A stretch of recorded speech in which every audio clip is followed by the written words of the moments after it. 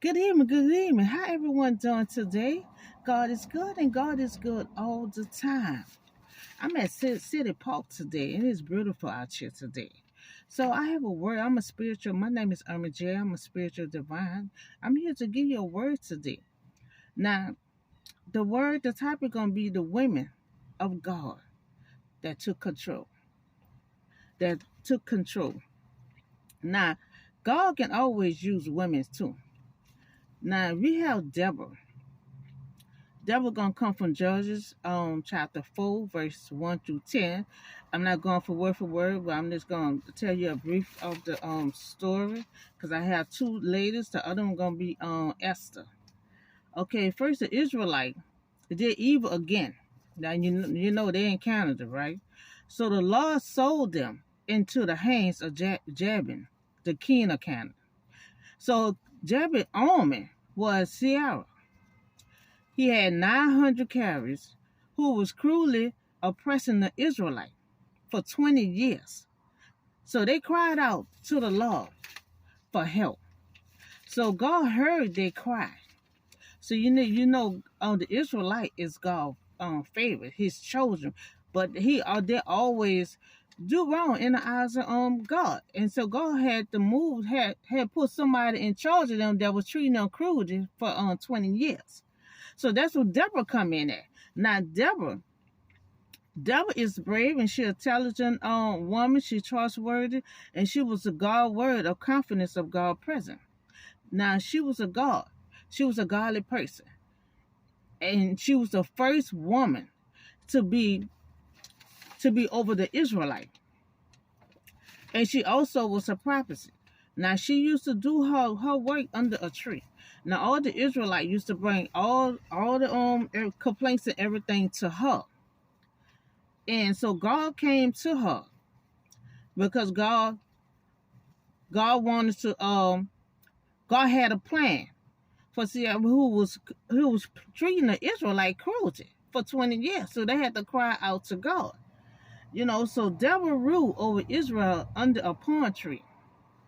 And she bear her name. The Israelite bring all their tribute to her, and Deborah is God will for the people. Now God will always God want her to go into battle.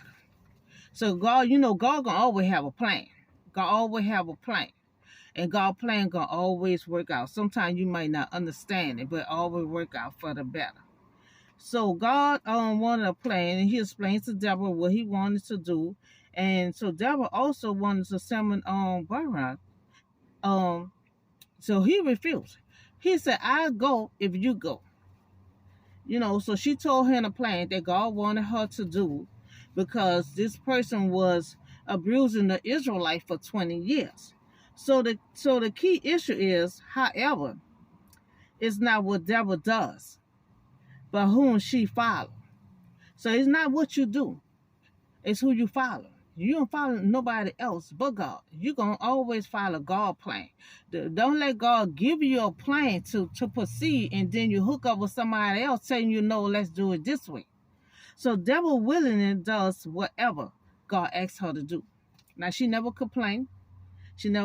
God came to her with a plan and she hooked up with somebody with Barbara to help her with the plan. So they went into battle. And God said, I will be with you. Now see, this is God's plan. The battle is for the Lord. Now he said, you go head on into battle. I'm already going to be surrounded into your hands. I'm going to already bring him into your hands. I'm going with you. I'm going to be ahead of you. So go ahead. So God got everything planned. God got everything planned. So when God have a plan to save his people, he always gonna follow that plan. He expects for us to follow that plan too. Now God will give him into your hands. So God gonna have a plan for bring him into their hands. So God will go ahead of you, and just like I told y'all the other day when I had preached, when God send you into battle, he gonna always be near you. He gonna always say he gonna be ahead of you. Because see, the battle belongs to God. Because see, he came to Deborah with the plan. So God will go ahead of you, and God So Jada the messenger and give him a milk. Now he asked for water, but she give him milk. That was the whole plan. That was God's plan. So she gave him milk when he asked for water, and guess what? He went to sleep. So after he went to sleep, that's when they took him in, and so that's how they call him. So so we see that Deborah plan succeed, and we see God plan always will succeed. Now God called her into battle. And Deborah, she did not complain. She did not ask questions. She just obeyed and got someone to help her proceed God's plan and his plan succeed. So we have another person that took in charge, another woman named Esther. She had a situation came to her and she jumped right on it. Just give me 3 days to fast. She had to pray. Now, anytime you go into battle, in a situation you have to go into, you always have to pray first.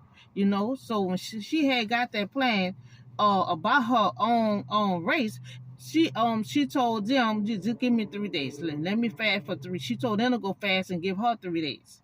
So Esther. So we have the other Queen Vashti had to step down, but Esther to become the queen. Now she become queen, and she had her cousin raise her because her mama and daddy had deceased, and so he raised her like that was his own daughter. So the cousin took her in as his own daughter, and now her cousin told her not to reveal their background.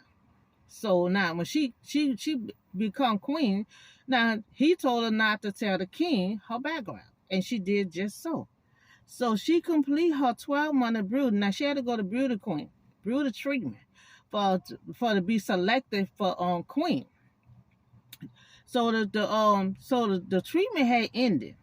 So she getting ready to be selected to be queen. So the cousin, brought her in for the king. So then on chapter 2:15, Esther won the favor of everyone who saw her, including the king. And so he made her queen. He was very attracted to her. So I'm gonna look at chapter 2:17-18. 17. Now the king, he was attracted to Esther more than any of the other women. Now she won his favor and approved more than any of the other virgins. Now so he set a royal crown on her head and made her queen instead of Vashti. And the king gave great banquet and asked a banquet for all that noble officer, and he proclaimed a holiday throughout the period and distributed gift with the royal celebrities. So he made a banquet for her because he made her queen. He says he was very attracted to her. Okay, so now the cousin stumbled on Haman plotting against their own race, destroyed. So when Haman captured Hannah wanted everyone to bow down to him, to give him honor. But the cousin refused to bow down. He refused to bow down. So they questioned him and told him why he not bowing down. So he went on and told them he a Jew. So he never wanted to tell nobody his background. So we're going to read from chapter 3 and 6.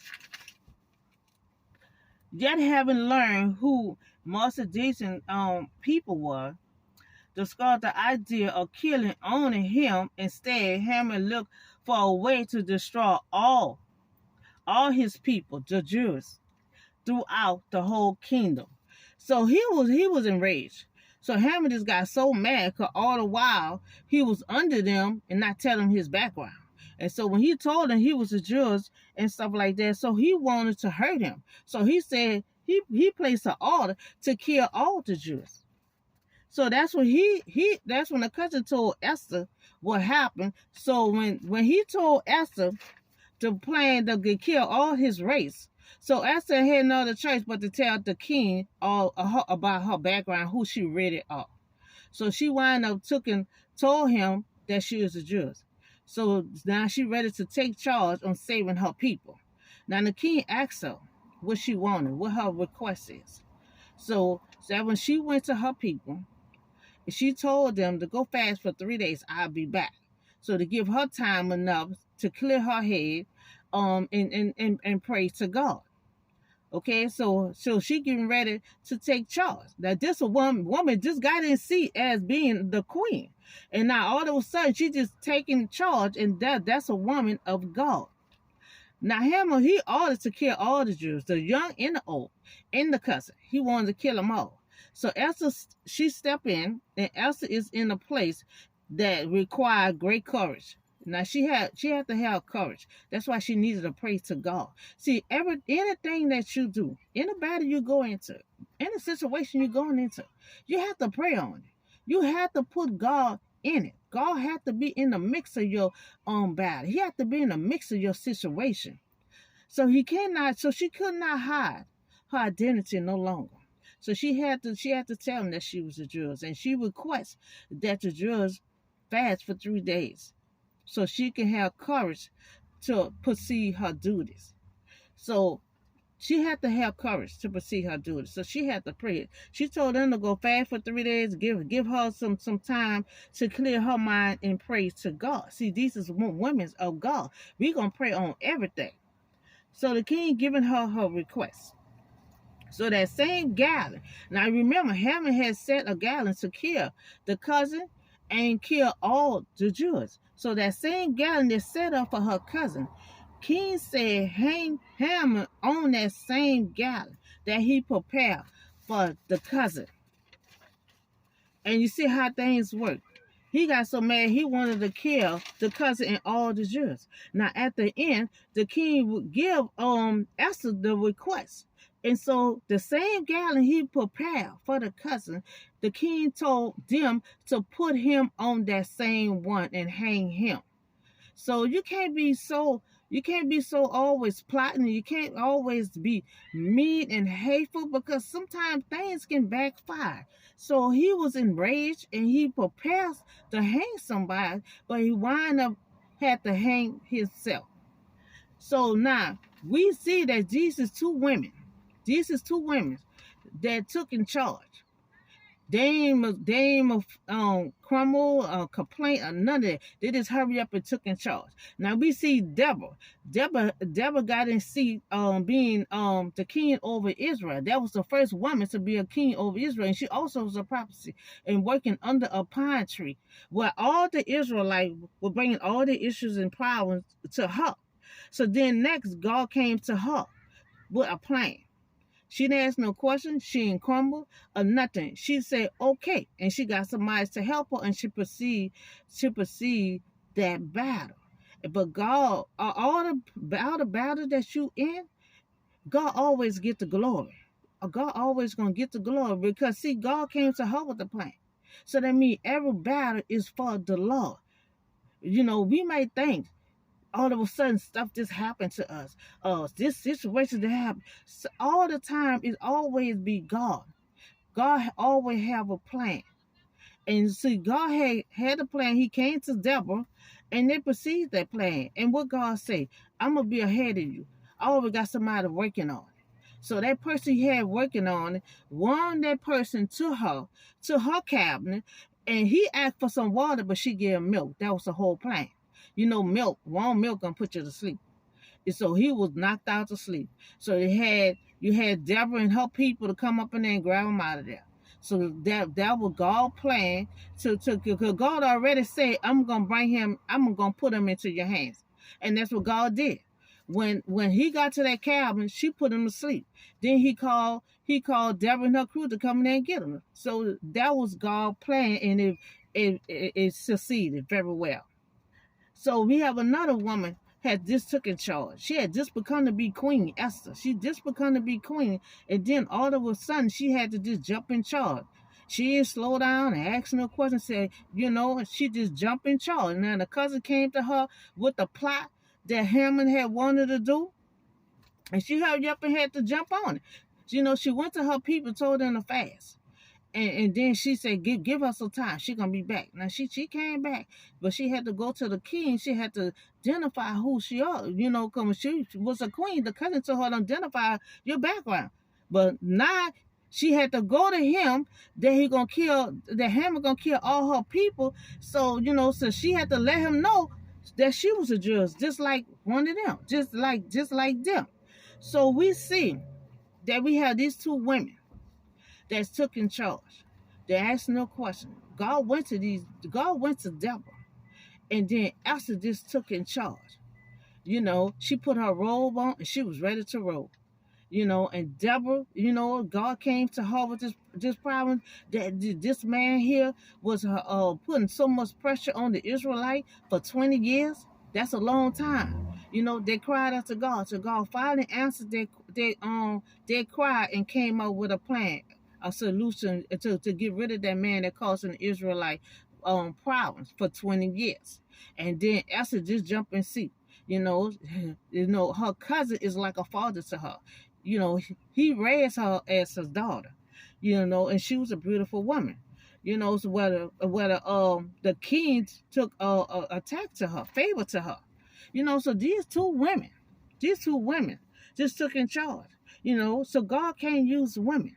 They have plenty of women in the Bible that God took that these women. These women favor God.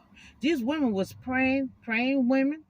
They was ready to just take in charge, and they always just like Anna. Anna was always a praying woman with God. She was the one that acknowledged the baby of Jesus. Anything that was dealing with God, she was always jump on.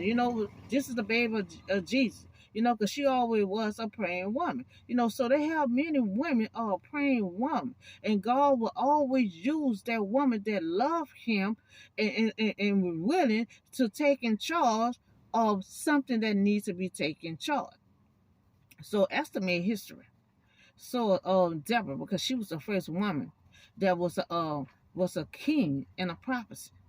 And she was a fighting woman. Esther was a fighting woman. Had to put her robe on, roll her sleeves up, and then she went to war. She saved all her people. And Deborah had came follow God instruction and did the man in like God wanted to, because he was putting too much pressure on the Israelite. So I hope y'all enjoy this word, and remember, just because we are women of God that can take in charge. So you have to be a praying woman. You have to be connected with God, and God can use you in the name of Jesus. So I hope y'all continue on having a blessed day today, because it's beautiful out here, and I see you next time. Thank you.